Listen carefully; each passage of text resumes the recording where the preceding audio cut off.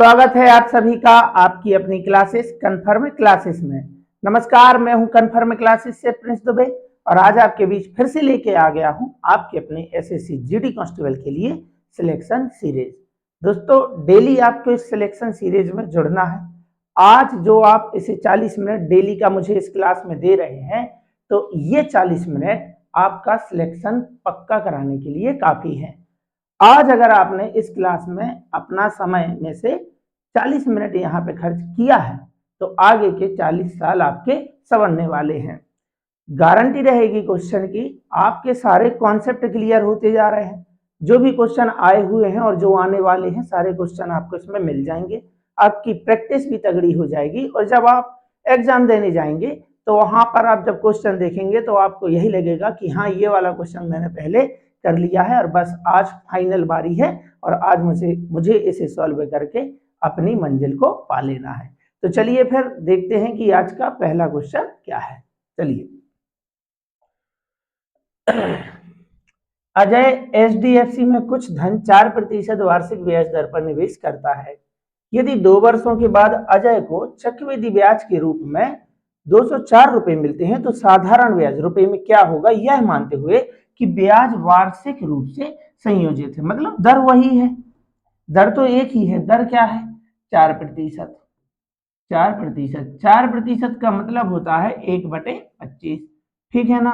अगर आपने चक्रवृद्धि ब्याज जैसे आपको नहीं आता है तो उसकी क्लास अपने चैनल पर है, जाके पहले आप उन्हें देख लें। तो जो भी एग्जाम, जितने लेवल का एग्जाम इसमें आता है उतने लेवल का मैंने उसमें पढ़ा दिया है। आपको बिल्कुल परेशान होने की जरूरत नहीं है। तो आपको यहाँ समझने में किसी भी प्रकार की दिक्कत नहीं होगी और मैं जो आपको बताता हूँ आप मेरी भाषा से डायरेक्ट कनेक्ट हो पाएंगे। ठीक है ना। तो सबसे पहले भिन्न बना लेते हैं। जब भी चक्रवृद्धि ब्याज का कोई कॉन्सेप्ट आता है तो उसने ये पूछा है कि चक्रवृद्धि ब्याज, तो उसने हमें बता दिया है, वह हमसे साधारण ब्याज जानना चाह रहा है। दर तो यही है। 4% का मतलब होता है 1/25। बात हो रही है 2 वर्ष की, तो आपको यहाँ पर 2 की पावर लगा देनी है। ठीक है ना, नीचे वाली संख्या में। तो 25 का वर्ग बन गया, यानी 25 का वर्ग हो जाएगा अपना 625। और इस तरीके से जो संख्या आती है वह कहलाता है हमारा मूलधन। बात हो रही है 2 वर्ष की, आपको 2 वर्ष का इस तरीके से कॉलम बना लेना है। चक्रवृद्धि ब्याज होता क्या है, जल्दी मैं आपको बता देता हूं। चक्रवृद्धि ब्याज मतलब होता है ब्याज पर ब्याज। पहले आप मूलधन पर ब्याज ले लो, फिर ब्याज पर और ब्याज ले लो, उसे बोलते हैं चक्रवृद्धि ब्याज। तो ये मूलधन है, इसका हमें ब्याज लेना है। इसका ब्याज हमें कितना मिलेगा? 4% या 1/25। 625 का 1/25 आप निकालोगे, यहाँ पर 25 ही आएगा, यहाँ पर भी आ जाएगा 25। तो हमने ले लिया मूलधन पर ब्याज। अब लेना है हमें ब्याज पर ब्याज, और ब्याज पर ब्याज मिलता है अगले वर्ष, पहले साल नहीं मिलता है। तो 25 का 4% निकालो या 1/25, तो 25 का 1/25 होगा 1। एक और तरीका था जो मैंने क्लास में बताया था कि आप किसी भी प्रतिशत से भिन्न बनाते हैं, कोई भी प्रतिशत हो भिन्न बनाते हैं। अगर ऊपर 1 है, अगर ऊपर 1 आ गया तो आप स्ट्रक्चर मुश्किल से 2 से 3 सेकंड में बना लोगे। यानी कि यहाँ नीचे संख्या में क्या है? 25 की पावर 2। तो यहाँ अगर आप 25 की पावर 2 लिख रहे हैं तो नीचे वाले स्टेप में 25 की पावर 1 लिखना और उसके नीचे 1 लिख देना, सबसे नीचे 1 लिख देना। तो 25 का वर्ग 625, यहाँ 25 25 आ जाएगा, यहाँ आ जाएगा 1। ठीक है ना। चलिए, तो आपको मालूम होना चाहिए कि ये जो आप देख रहे हैं ये तो मूलधन है। मूलधन के अलावा जो आप नीचे देख रहे हैं यही होता है चक्रवृद्धि ब्याज, कंपाउंड इंटरेस्ट। और ये जो ऊपर बस नीचे की लाइन को अगर हम छोड़ देते हैं, नीचे की लाइन को अगर हम छोड़ देते हैं, ये जो आप देख रहे हैं, ये जो आप देख रहे हैं, ये होता है सिर्फ हमारा साधारण ब्याज, यानी कि सिंपल इंटरेस्ट। ठीक है ना। तो चक्रवृद्धि ब्याज उनके हिसाब से दे रखा है, उनके हिसाब से चक्रवृद्धि ब्याज है 204। हमारे हिसाब से चक्रवृद्धि ब्याज, इसको बस छोड़ के नीचे जो दिख रहा है वो चक्रवृद्धि ब्याज है। 25 25 50 और 1 51। गुणा चाहिए क्या? क्या चाहिए है? साधारण ब्याज पूछा है, वार्षिक रूप से संयोजित है। जब कुछ नहीं बोलते हैं, यहाँ भी वार्षिक ही लिखा था, तो वार्षिक रूप से ही संयोजित होता है ब्याज। हमसे पूछा है साधारण ब्याज, ये जो आपको दिख रहा है ऊपर सिर्फ 25 25 जो हर वर्ष समान होता है, वही हमारा साधारण ब्याज है। 2 वर्ष का साधारण ब्याज हो जाएगा 50। 51 से जाएगा, 51 चौके हो जाएगा, 50 चौके हो जाएगा अपना 200। ऑप्शन नंबर सी अपना आंसर हो जाएगा। ठीक है ना। ट्री मेथड से इसे हम सॉल्व कर सकते हैं। चलिए, एक समचतुर्भुज के विकर्ण क्रमशः 4 मीटर और 6 मीटर है, इसका क्षेत्रफल चाहिए। तो समचतुर्भुज का क्षेत्रफल आपको मालूम होना चाहिए, दोनों विकर्ण का गुणा करा दो और आधा कर दो, वही क्षेत्रफल होता है, यानी कि 6 चौको 24, 24 का आधा होता है 12। ठीक है ना। अगर मैं इसके सूत्र की बात करूं तो वह होता है 1/2 गुणा d1 गुणा d2, यानी कि ये विकर्ण है, डायगोनल्स हैं इसके। ठीक है ना। तो d1 और d2, तो 1/2 गुणा 4 गुणा 6, 2 एकम 2 दूनी 4, 6 दूनी 12। तो ये मालूम होना चाहिए, छोटा सा कॉन्सेप्ट है। विकर्ण जब भी आ जाए, दोनों विकर्ण का आप गुणा करा सकते हैं, बाद में आधा करा दो, या इन दोनों में से किसी एक को पहले ही से आधा कर दो, जैसे 4 का आधा होता है 2, 2 6 12। ठीक है ना। तो आंसर हो गया ऑप्शन नंबर डी। अगर इनकी हमें जानकारी होती है तो एग्जाम में ये आ जाते हैं, बेसिक बेसिक से क्वेश्चन आते हैं, बस जानकारी लेने की जरूरत है। जैसा कि आज आप सीख गए, कभी भी समचतुर्भुज का आपसे क्षेत्रफल पूछे, विकर्ण वो बताएगा, दोनों का गुणा करा के आधा कर देना, या पहले से किसी एक विकर्ण को आधा कर लो और गुणा करा दो, जैसे 4 का आधा 2, 2 6 12। ठीक है ना। तो आज से आप समचतुर्भुज का क्षेत्रफल सीख गए। चलिए, इस तरीके का क्वेश्चन पिछले बार कई बार आया है और मैंने भी अभी सीरीज में लगभग 2 से 3 क्वेश्चन आपको करा दिए। तो मैं चाहता हूं कि आप इसे अच्छे से सीख जाए, तो हो सकता है फिर से रिपीट होगा, तो आप वहां पर बिना टाइम लिए इस क्वेश्चन को सॉल्व कर पाए। तो 18 और 98 का मध्यानुपात दिया है 2a धन 6। तो भाई इसको अभी छोड़ो, अगर मैं आपसे पूछूं सही सही में कि 18 और 98 का मध्यानुपात है क्या, तो सिर्फ इतना क्वेश्चन है अभी। तो 18 और 98 का आप ही मध्यानुपात निकाल लो, क्या दिया है यहाँ पे मध्यानुपात, तो मध्यानुपात निकाल लो। और मैंने आपको कॉन्सेप्ट सिखाया है कि जब भी समानुपात का कोई क्वेश्चन आए, आपको देखना है कितनी संख्याएं दी हैं। कितनी संख्याएं दी है, 2। अगर 2 संख्याएं दी हैं तो b को लिखना है 2 बार। आप लिखेंगे a अनुपात b समानुपात b अनुपात c। इसको प्रथम अनुपात बोलते हैं, इसको बोलते हैं मध्य, और इसको बोलते हैं तृतीय। आपसे कौन सा अनुपात पूछ रहा है, मध्य, यानी आपसे b की वैल्यू पूछ रहा है, तो b को छोड़ के बाकी सारी वैल्यू आपको यहाँ पे फिल कर देनी है। यानी कि यहाँ पर आएगा 18, यहाँ आ जाएगा b समानुपात b, और c की वैल्यू हो जाएगी 98, क्योंकि b यानी मध्यानुपात तो हमें निकालना है। तरीका एक ही होता है, बाहर का बाहर से गुणा, अंदर का अंदर से गुणा, यानी कि 18 गुणा 98 बराबर b गुणा b कराएंगे, यहाँ आएगा b वर्ग। अब जब यहां से आप ये वर्ग कैंसिल करेंगे, यानी कि इस वर्ग को हटाएंगे, तो यहां पर आ जाता है अपना ये अंडर रूट, यानी कि ये जो संख्याएं हैं किसी ना किसी का वर्ग होना चाहिए। अब आपको ऐसा बिल्कुल भी नहीं करना है कि पहले आपने गुणा करा लिया फिर आप उसका वर्गमूल निकाल रहे, नहीं, आपको इनको यहीं से तोड़ना है। जैसे मैं बात करूं, क्या आप इस 18 को तोड़ सकते हैं, तो हाँ, हम 18 को लिख सकते हैं, क्या लिख सकते हैं, 9 गुणा 2 लिख सकते हैं, हाँ लिख सकते हैं। 98 को क्या लिख सकते हैं, 98 को क्या लिख सकते हैं, तो मैंने कहा हाँ 14 सत्ते 98 होता है, बोलो होता है ना, 14 सत्ते, तोड़ रहे गुणनखंड कर दो आप, 14 को भी आप तोड़ लो, तो 14 होता है 2 गुणा 7। ठीक है ना। तो इसमें से केवल और केवल पूर्ण वर्ग संख्याएं बाहर जाती हैं, यानी कि 9 किसका वर्ग है, 9 को भी तो तोड़ा जा सकता है, 3 गुणा 3, जिसके जोड़े बन जाते हैं इससे वही बाहर जाता है। तो 9 किसका वर्ग है, 3 का, 3 का वर्ग मतलब 9 का वर्गमूल मिल गया। एक जोड़ा ये बन गया 2 गुणा 2, 2 गुणा 2, तो जोड़े में से एक संख्या लेते हैं, मालूम ही होगा आपको, 2 दूनी 4, 4 किसका वर्ग है, 2 का, तो सिर्फ आपको 2 लेना है। ऐसे ही 14 हमने तोड़ ही लिया था, 7 और 7 का जोड़ा बन गया, जिनके जोड़ा बन गए हैं वो बाहर जाएगा, यानी कि सारी संख्या हमने तोड़ ली। 7 दूनी 14 और 14 × 3 42, ये आ गया हमारा बराबर b, b मतलब मध्यानुपात। ठीक है ना। तो b की वैल्यू आ गई, लेकिन हमसे तो पूछा है a का मान, तो मध्यानुपात उनने दिया था, यानी कि उन्होंने बताया है कि 2a धन 6 है मध्यानुपात, बराबर 2a धन 6 मध्यानुपात है, जबकि मध्यानुपात हमने निकाला है तो कितना है 42।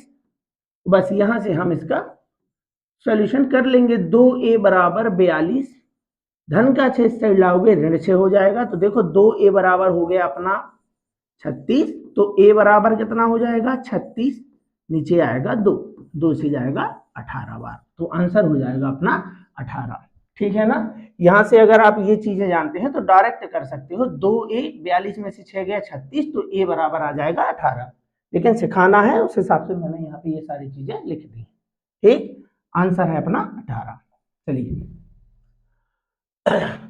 ए और बी क्रमशः 30 दिनों और 10 दिनों में एक कार्य कर सकते हैं।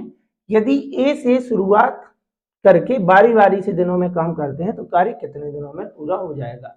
एक एक क्वेश्चन और हमने किया था जिसमें बारी बारी से क्वेश्चन कर रहे थे, सॉल्व मतलब काम कर रहे थे। फिर से एक और क्वेश्चन लेके आए हैं। तो ए जो है, अगर आपको ट्राई करना है कर लो, बहुत से बच्चों का आंसर गलत ही आएगा। ठीक है ना। चलिए, गलती कर देते हैं आप, छोटी छोटी चीजों को नहीं देखते हैं। तो ए कर रहा है 30 दिनों में, जबकि बी कर रहा है 10 दिनों में। ठीक है ना। दोनों का एलसीएम ले लो आप, हो गया 30। 30 से जाएगा एक बार, 10 से जाएगा 3 बार। ये होता है टोटल वर्क, ये होती है इनकी क्षमता। तो ये कर रहे हैं बारी बारी से काम, मतलब पहले दिन आएगा ए काम पे, उसने बताया है कि ए काम की शुरुआत करता है।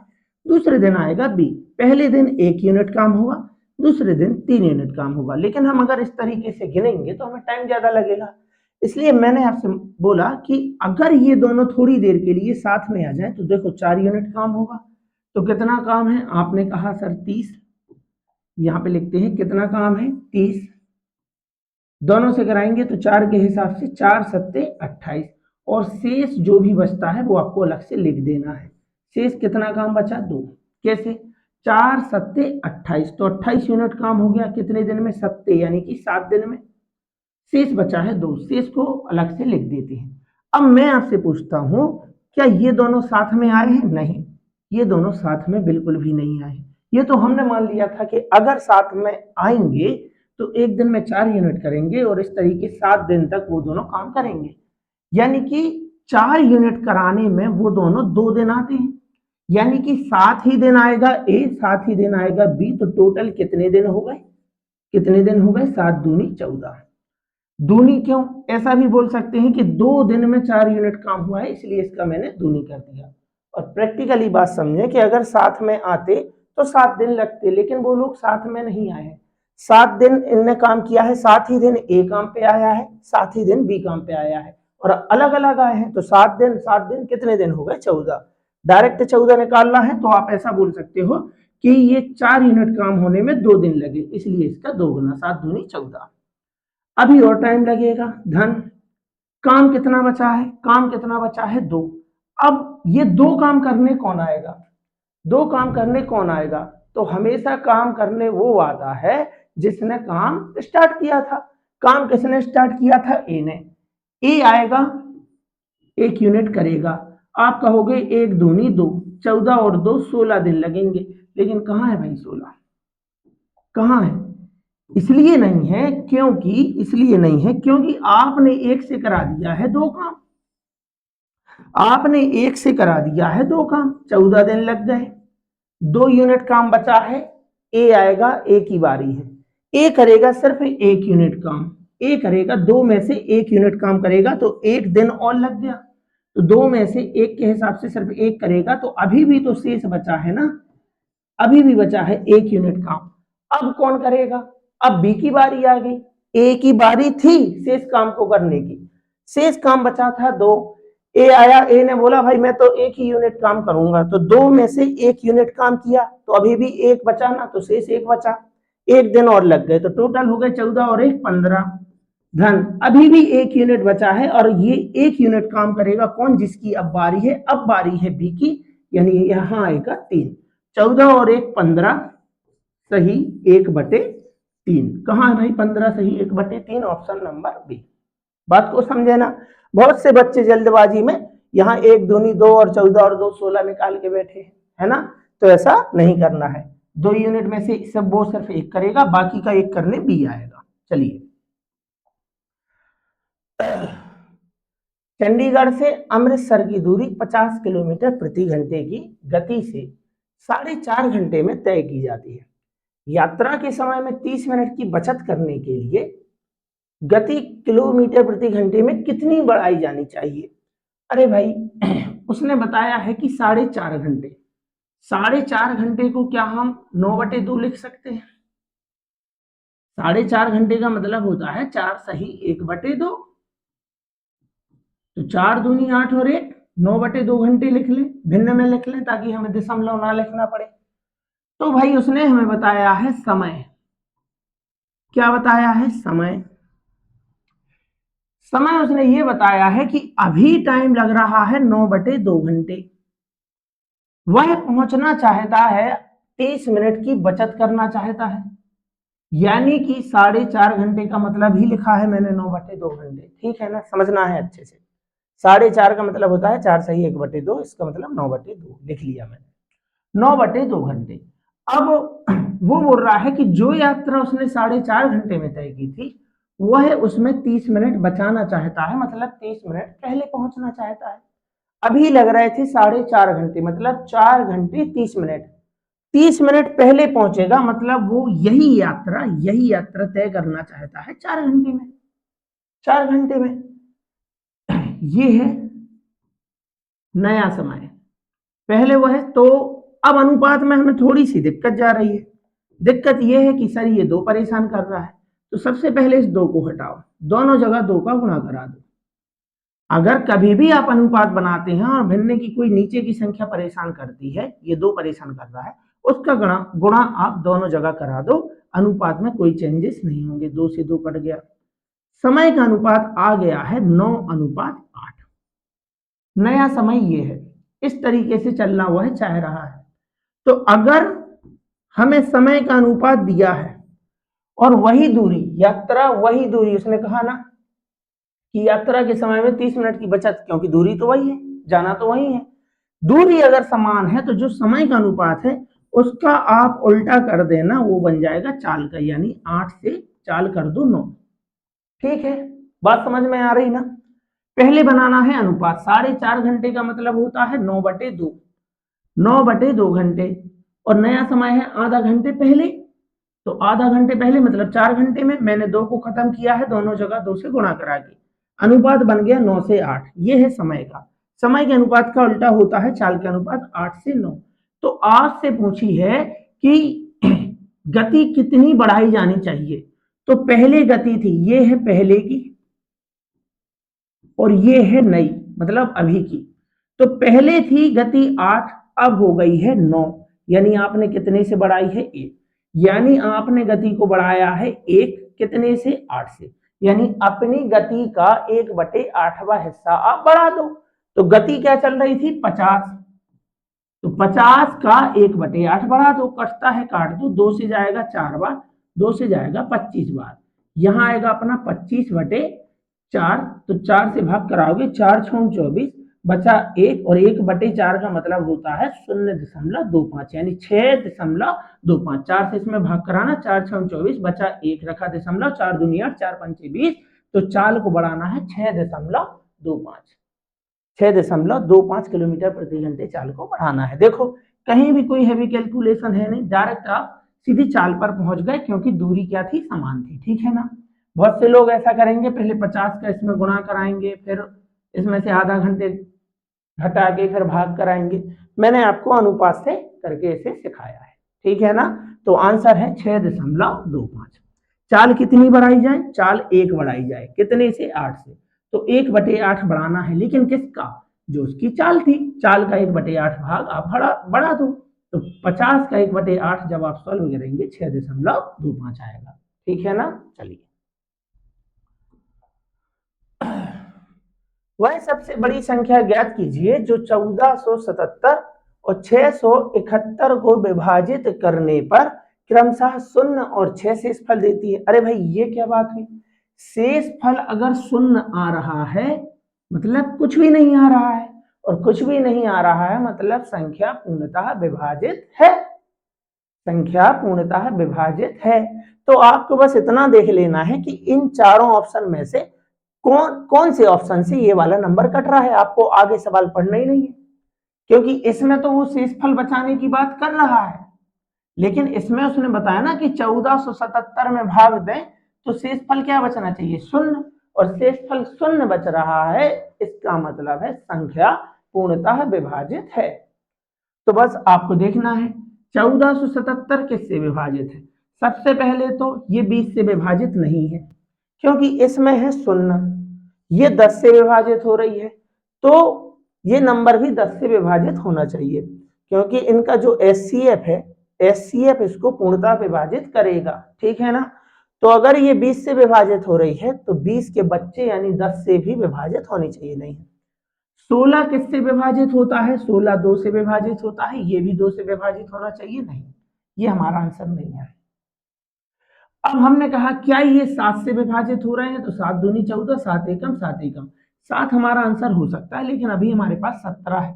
17 से आप पहाड़ा पढ़ के इसमें चेक कर सकते हैं, जैसे मैंने किया यहाँ पे कि 17 अट्ठे हो गया अपना 136, यहाँ 1477 को 17 से भाग करा के देख लो, 17 अट्ठे हो गया अपना 136, तो ये तो 147 है, तो 11 बच गया यानी 117 आएगा। अब 17 सत्ते तो 119 होता है, 117 तो नहीं होता है, मतलब ये 17 से भी नहीं कट रहा है, तो बचा एक ही ऑप्शन, ऑप्शन है 7, 7 हमारा आंसर होगा, आगे चेक ही नहीं करना है, ठीक है ना।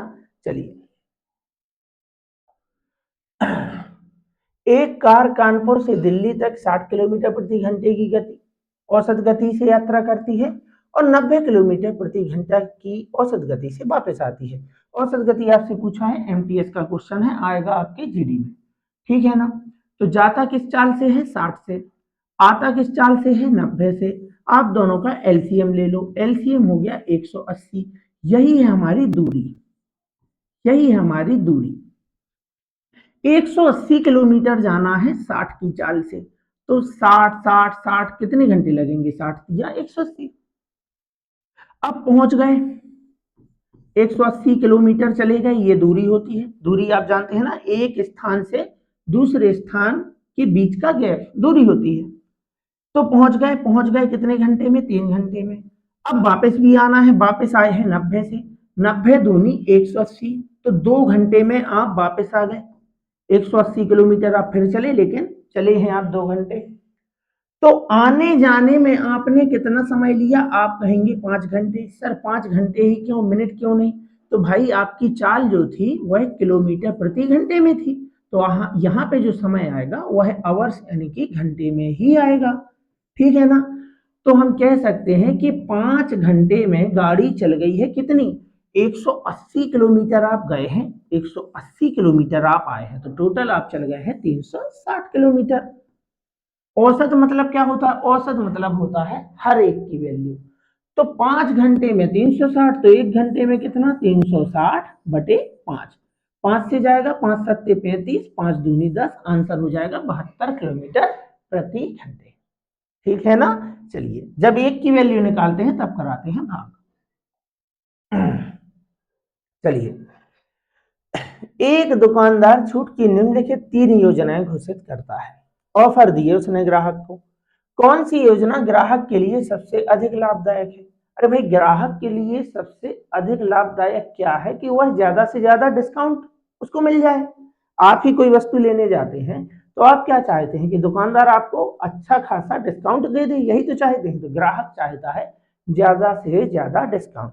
चलिए, अगर कर सकते हैं तो करिए, तब तक मैं थोड़ा सा पानी पी लूंगा।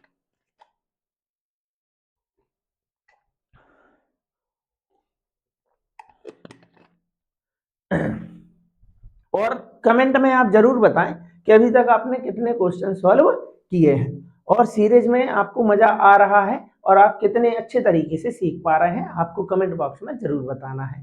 चलिए, तो भाई हम देख लेते हैं कि कौन सी छूट ग्राहक के लिए ठीक रहेगी। पहले हम ये वाली छूट को ट्राई कर रहे हैं। तो ऐसे मैंने आपको क्वेश्चन पहली सीरीज में कराए हैं कि एक दुकानदार 25 वस्तुओं की खरीदी पर बोल रहा है कि आप 30 वस्तुएं लेके जाओ। तो भाई बात क्या हुई यहाँ पे, यानी कि यही हुआ ना कि हमें 30 रुपए मतलब 30 वस्तुओं की मतलब कीमत के बदले वस्तुएं तो 30 मिल रही हैं, लेकिन कीमत लग रही है सिर्फ कितने की, 25 की। यानी कि ऑफर क्या है, 25 वस्तुएं आप खरीदो और 30 वस्तुएं लेके जाओ। 25 खरीदोगे तो 30 मिलेंगे, तो ग्राहक क्या बोलेगा घर पे जाके कि जी 30 वस्तुएं मैं खरीद के लाया हूं, पैसा तो लगना था 30 ही वस्तु का, लेकिन पैसा लगा है 25 वस्तुओं का, यानी 5 वस्तुओं के बराबर मुझे क्या मिल गया है, डिस्काउंट मिल गया है। तो इसे में अगर मैं रुपए में बोलूं कि 25, अगर हर एक वस्तु 1 रुपए की है तो 25 रुपए की वस्तु, और ये हो गई अपनी 30 रुपए की वस्तु। तो लगने तो थे 30 रुपए, 30 वस्तुओं के पैसे, पैसे लगे हैं 25 वस्तुओं के। तो आपको कितना डिस्काउंट मिल गया है, 5 का। 5 का डिस्काउंट मिला है कितने पर, 30 पर। 30 पर 30 रुपए वाली वस्तु आपको 25 रुपए में मिल गई, बस आपको सिर्फ रुपए ही तो बोलना था। 30 रुपए वाली वस्तु आपको 25 रुपए में मिल गई, तो मिलाना आपको 5 का डिस्काउंट। 5 का डिस्काउंट मिल गया है, 5 एकम 5, 5 छक्के 30, और 1/6 का मतलब होता है 16 सही 2/3%। यहां पर इतना बट्टा मिलेगा, ये हमने निकाल लिया बट्टा, ठीक। उसके बाद 12% और 18% की दो क्रमिक छूट है।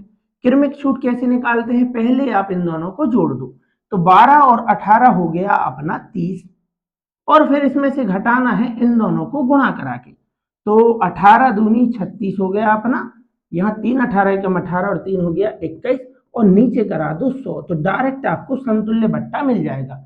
100 से भाग कराएंगे तो 2 अंक बाद दशमलव आ जाएगा, यानी कि 30 में से घटाना है 2.16।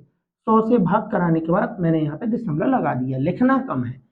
तो 30 में से 2 गया 28, और 28 रुपए में से 16 पैसे गए, तो बचेंगे 27 रुपए 84 पैसे, ठीक। ये हो गया अपना ऑप्शन बी वाला डिस्काउंट, ये ऑप्शन ये वाला डिस्काउंट था। अब एक और बचा है, 15% की दो क्रमिक छूटें, मतलब 2 बार 15-15 बोला है, 15% और 15%, तो क्रमिक छूट निकालना हमने अभी सीखा, दोनों को जोड़ दो आएगा 30 ही, तो 15-15 हो गया, और ये देखो 12 और 18 हो गया।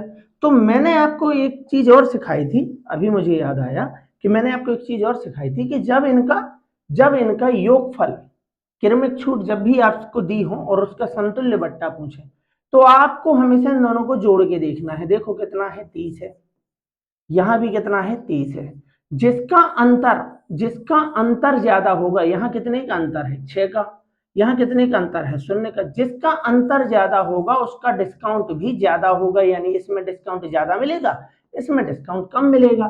तो यहाँ कितना डिस्काउंट मिल रहा है, तो हमने निकाल के देख लिया है, यहाँ निकाल के देख लिया है 27.8484, यहाँ मिल रहा है 16% का। तो कौन सा अच्छा है, ऑप्शन बी वाला हमारे लिए अच्छा है, आंसर हो जाएगा केवल बी, ठीक है ना। तो इस तरीके के क्वेश्चन भी आपके एसएससी एमटीएस में आए हैं, तो हो सकता है कि आपके जीडी में भी आ जाए, ठीक है। चलिए, किसी निश्चित धनराशि पर 9 वर्षों के लिए 5% प्रति वर्ष की दर से साधारण ब्याज 1260 है। 6 वर्षों के बाद उसी धनराशि पर समान ब्याज किस ब्याज दर से प्राप्त किया जा सकता है। आपसे दर पूछी है, किसी ने आपसे मूलधन पूछा है, तो किसी भी वैल्यू को छूना नहीं है, ये वैल्यू कोई काम की है नहीं। आपसे पूछा है कि जो ब्याज आपने 9 वर्षों में ले लिया है 5% की दर से, और मूलधन भी वही है, तो मैंने मान लिया कि मूलधन जैसे P है, मूलधन कितना है, P है, तो मूलधन का दर गुणा समय क्या होता है, ब्याज, यानी 9 5 45, 9 गुणा 5 ब्याज लेंगे, बराबर इसी मूलधन पर यानी कि P पर हमें वही ब्याज लेना है जो इस पर मिला था। तो ब्याज क्या होता है, मूलधन का दर गुणा समय, 1 वर्ष का 5%, तो 9 वर्ष का 5 नाम 45, मैंने सिर्फ गुणा के फॉर्म में लिख दिया, 9 गुणा 5 मिलता किस पे है, मूलधन का, और मूलधन वही है यानी कि P ही है, जो भी था मूलधन, हमें मूलधन निकालने की जरूरत ही नहीं, वही ब्याज हमें चाहिए है, इसलिए मैंने लगा दिया बराबर, कितने वर्षों में, 6 वर्ष में, हमसे पूछा है रेट, और यहां चाहिए है 6 वर्ष, तो P तो वही था, P तो वही था, मूलधन तो दोनों जगह समान है, मतलब मूलधन लिखने की जरूरत नहीं है। जो ब्याज यहाँ है 9 गुणा 5, वही ब्याज हमें 6 वर्षों में चाहिए 6 गुणा आर से, आर की वैल्यू चाहिए है 9 गुणा 5, नीचे आ जाएगा अपना ये 6, सामने सीधी दर आ जाएगी, ठीक है ना। कटता है काट लो, 3 दूनी 6, 3 तिया 9, ठीक है ना।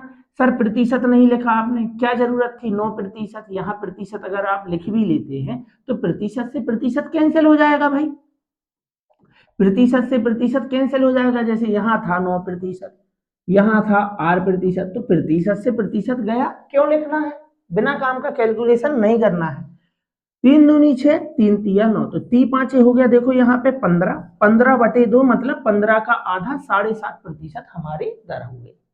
बात समझ रहे हैं ना। अरे भाई मूलधन समान है, क्या समान है, मूलधन समान है, ब्याज समान है, वही ब्याज चाहिए है, आप डायरेक्ट लिखते 9 गुणा 5 बराबर r गुणा 6, काटा पीटी करते सीधी आपकी दर आ गई। दर है कितनी, 7.5। पी लिखने का मतलब ये है, मैंने आपको बता दिया कि दोनों के मूलधन क्या थे, समान, तो लिखने की कोई जरूरत नहीं है, प्रतिशत से प्रतिशत कर दिया। ठीक, चलिए। एक विक्रेता एक वस्तु को 20 रुपए में बेचकर 10% का लाभ कमाता है। इस टाइप का क्वेश्चन हमने पहले कर लिया है सीरीज में, फिर से लेके आया हूं ताकि आप भूल ना गए हो, क्योंकि मुझे लगता है कि ये वाला क्वेश्चन जो है आपके एग्जाम में रिपीट होगा। आया था एमटीएस में, अब आएगा जीडी में, जरूर आएगा, इसलिए इसे आप इंपोर्टेंट क्वेश्चनों की लिस्ट में जरूर रख दें और इसे अच्छे से सीख लें। देख लें क्वेश्चन की भाषा, संख्या भी नहीं बदलेगी और आपके एग्जाम में आएगा। तो 20 रुपए में बेचा। पहले अगर हम देखें कि वस्तु अगर 100 रुपए में खरीदी जाए, अगर वस्तु का क्रय मूल्य हम 100 रखें, तो एक बार हो रहा है हमें 10% का लाभ, मतलब हम वस्तु को बेचेंगे 110 में, और अगर मुझे 40% का लाभ कमाना है तो मैं वस्तु को बेचूंगा 140 में। तो मैंने विक्रय मूल्य में वृद्धि की ना, पहले का विक्रय मूल्य ये है और अभी का विक्रय मूल्य ये है, तो कितने की मैंने वृद्धि की, आप कहेंगे 30 की। तो मैंने 30 की वृद्धि की है, कितने से, 110 से। जब तक इच्छा है कटता है काट लो, यानी कि सिर्फ विक्रय मूल्य में वृद्धि करनी है 3/11 की, 3/11 की। तो विक्रय मूल्य कितना था, विक्रय मूल्य कितना था, विक्रय मूल्य तो 20 था पिछला, उसका आपको 3/11 भाग बढ़ा देना है, बस। कितनी वृद्धि की, इतनी वृद्धि की, यहां से मैंने भिन्न उठा ली, उसका डायरेक्ट आंसर निकालेंगे, कोई हैवी कैलकुलेशन नहीं करना है।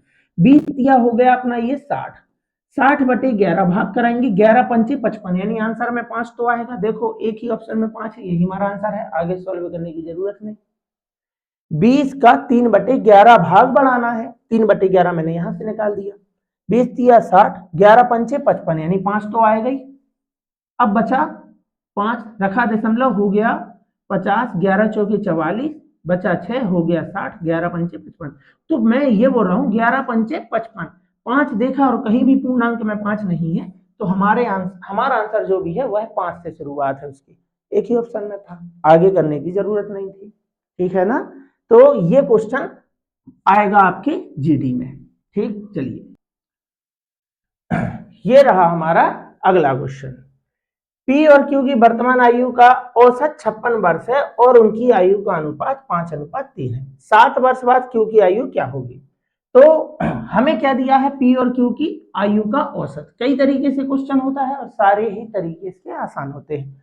तो पहले हमें लिख लेना है पी और क्यू का जो अनुपात दिया है वह कितना है, 5 और 3, और ये अनुपात कब का रहने वाला है, तो ये अनुपात होने वाला है वर्तमान का, क्योंकि वर्तमान की बात हो रही है। अब यहां दिया है औसत, शब्द को पकड़ना है, औसत मतलब होता है हर एक व्यक्ति 56 वर्ष का है, तो यहाँ कितने व्यक्ति हैं, 2, तो 2 व्यक्तियों की कुल आयु कितनी होगी, 56 गुणा 2 होगी ना, ये कुल आ गई। 56 दूनी कराने की कोई जरूरत है नहीं, तो दोनों व्यक्तियों की कुल आयु कितनी है सर, 2 कहां से आ गया, औसत मतलब हर एक, भाई हर एक व्यक्ति की आयु 56 है, तो ऐसे 2 लोग हैं तो 56 गुणा 2, हमारे हिसाब से कुल आयु है 8। चाहिए क्या, चाहिए क्या, 7 वर्ष बाद क्यू की आयु, 7 वर्ष बाद नहीं बता पाएंगे, अनुपात जहां का है पहले वहां का निकाल लो, तो अभी क्यू की आयु कितनी है, तो निकाल लो 3, 8 से जाएगा 8 एकम 8 7 56, 7 दूनी 14 और 14 ती 42, यानी वर्तमान में क्यू की आयु है 42 वर्ष। आज आज कोई व्यक्ति 42 वर्ष का है वर्तमान में, तो 7 वर्ष बाद कितने वर्ष का होगा, 7 वर्ष बाद हो जाएगा 49 वर्ष का, ऑप्शन नंबर डी। ठीक है ना, तो अच्छा क्वेश्चन था, ये दिया था औसत, आप इनका औसत निकाल के भी कर सकते थे। ठीक, चलिए। एक सुरंग लिफ्ट अधिकतम 15 यात्रियों को लेकर जा सकती है, जिनका औसत भार 81 किलोग्राम है। यद्यपि अधिकतम क्षमता से अधिक 4 व्यक्ति लिफ्ट में प्रवेश कर गए, जिसके परिणाम स्वरूप औसत भार 82 किलोग्राम हो गया और यह ओवरलोड हो गई। अतिरिक्त 4 व्यक्तियों का औसत भार आपसे पूछा है। कई लोग इसमें इतना कैलकुलेशन कर लेते हैं कि भाई समझ ही नहीं आता है कि करना क्या है। बिल्कुल सिंपल भाषा में आपको समझना है कि कहानी है क्या।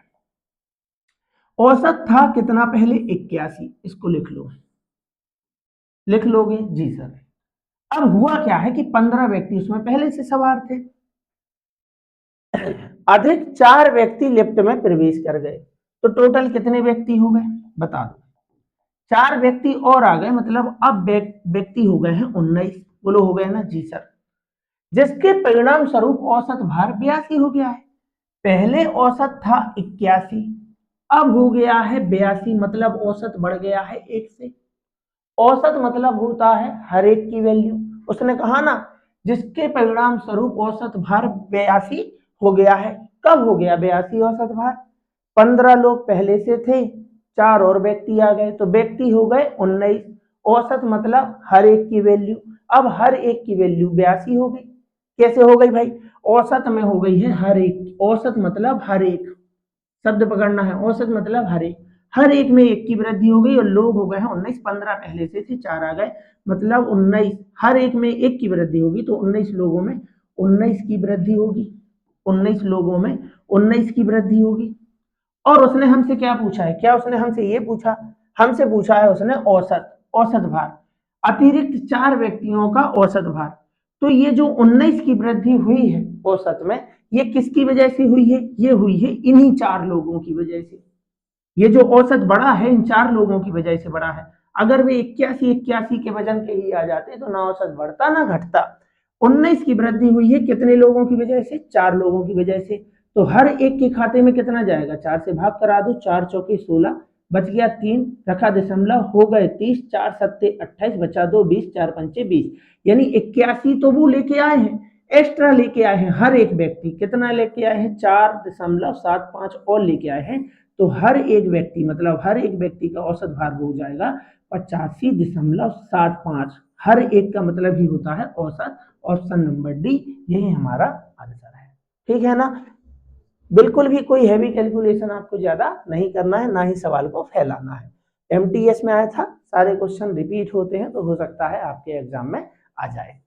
तो चलिए अच्छे तरीके से मेहनत करते रहिए। मेहनत करेंगे निश्चित तौर पे आप एक दिन सफल होंगे, सफलता आपको मिलेगी ही। बस अभी मेहनत करना है, धैर्य के साथ बिल्कुल लगे रहिए। आने वाले समय में आप अपनी सफलता को प्राप्त कर ही लेंगे। तो चलिए फिर मिलते हैं किसी और अगली क्लास में। तब तक के लिए आप सभी का बहुत बहुत धन्यवाद।